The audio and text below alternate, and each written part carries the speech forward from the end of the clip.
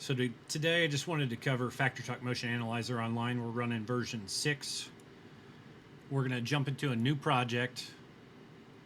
We're going to go into adding a new axis. In our new axis, we jump into the pencil to edit it. We will pick a linear motion for our motion type. We will jump into Profile Editor, confirm our linear motion profile. This is where we're going to determine how our profile acts. Now we can do an acceleration, deceleration based off of time and velocity, or we have a few more options. Usually I default to time and velocity. We can end up putting a specific jerk if you know what it's going to be. Usually I default for about 10 or 15, okay? Now, when I run my motion type, I'm usually gonna do incremental. I'm going to give it a certain amount of time for that first acceleration to get up to speed and the velocity that we're trying to move in the amount of time that we're moving. This is a bit more complex when we're running it. Once we get done, we end up doing a cruise as the motion, and then we do an accel decel to the deceleration of what we're trying to do. In most cases, this isn't required. We can come through, clear this, and usually what most people are starting off with is going to be an index. The index has the accel, the cruise, and the decel built into it based off total time and total distance. Again, I'm going to add about 15% for jerk for accel and decel in this motion. Let's just say, for instance, we're moving on a linear rail system, and we have 15 seconds to make the first move. And the first move is going to index out to 12 inches, okay? Now, what's a segment load? What are we actually pushing? We can give it a mass based off of pounds, ounces, grams, depending on what our project is. And let's just say we're moving a mass at 250 pounds, right? Now, if you want, we can include the total tool weight as well as the mass in this calculation, but that's going to be accel, cruise, and decel, all the same amount, right?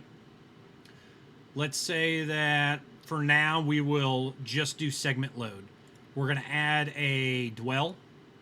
When I come into my dwell, I'm going to say that we're going to sit in that position for, how about 15 seconds, okay? At that 15 seconds, I'm on a horizontal plane, so I have no mass to push. So we're going to keep that completely at 0. Let's say that we then want to index back out in the same direction. We need to make this next move in 10 seconds, and it's going to be an additional 22 inches. Okay, so once we get there, we're going to give it a dwell time of an additional 15 seconds for whatever our tooling is doing at that point. For this, we moved a total distance of 22.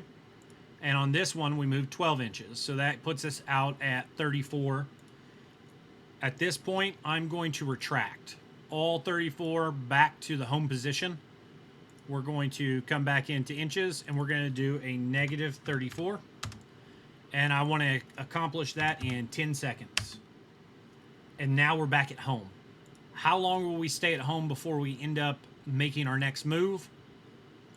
We're going to stay at that position for 15 seconds. Now, based off this profile, after that 15 seconds is up, the calculation is going to start all over, and this is going to be a continuous move.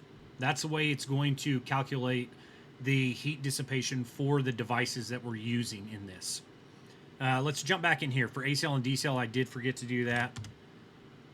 We can come back in here, give our accel decel on both moves at 15%. We will go into components. Let's say we're using a Tolomatic actuator. I can come into a lead screw. Let's say we're doing a 10 millimeter on that lead screw. Efficiency, we'll say 95. And this is where we come into that slide mass. Let's say the slide mass is 150. Well, let's go ahead and change that to pounds. 150 pounds. I want to add that mechanism. Once I've done that, I now have the ability to go into transmission, gearboxes, motors. We can come into, let's say, a VPL and an MPL motor option. We can pick what we want. If we wanted to go into the distributed servo drives, we could do that as well. That's located here. For simplicity, we're just going to pick VPL today. As far as drives are concerned, if we wanted to do a bust system, we could use the Kinetics 5700 based on the application. Today, we're going to pick the 5500. We select that here. We pick voltage. System's going to be 480, 3-phase. We now have that selected.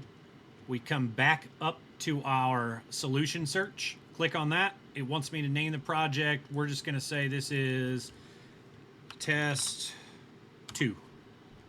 We will save that.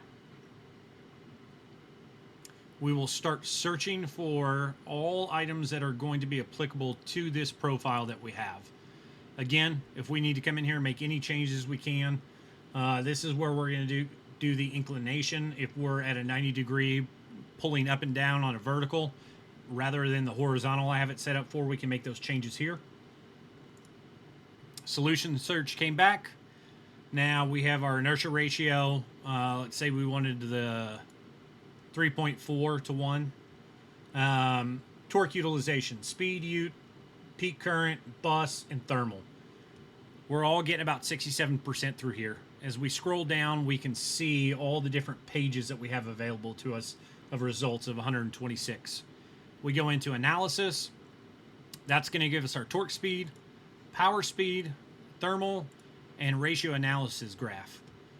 If we want to come through and pick on just the motor so we can actually see the application RMS torque on the actual application versus what the motor has capacity-wise, and then we can jump into the drive as well. If we come back to summary, you see the arrows up here. We can actually go into the available solutions in order to see those here rather than picking them throughout this area. So we're going to say we're happy with that. We also have the super review to where we can go through and see the different pieces in those moves that we made in the profile. From here, what I end up doing is popping into my bill of materials, and that's going to give me the catalog number. From there, I'm going to jump into Proposal Works, and I'm going to build the motor.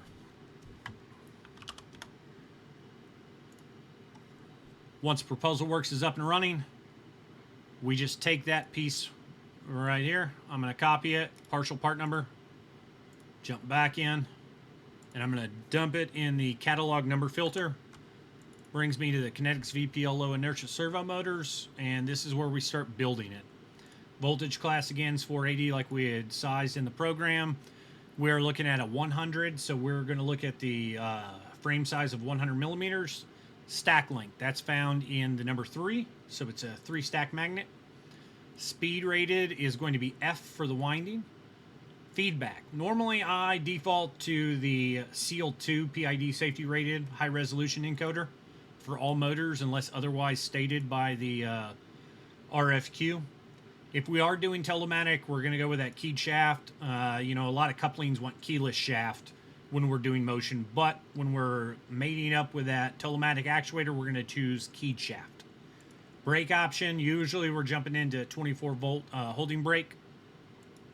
Factory options, we can go to a standard shaft seal, or we could do the IP66 shaft seal. We'll pick standard.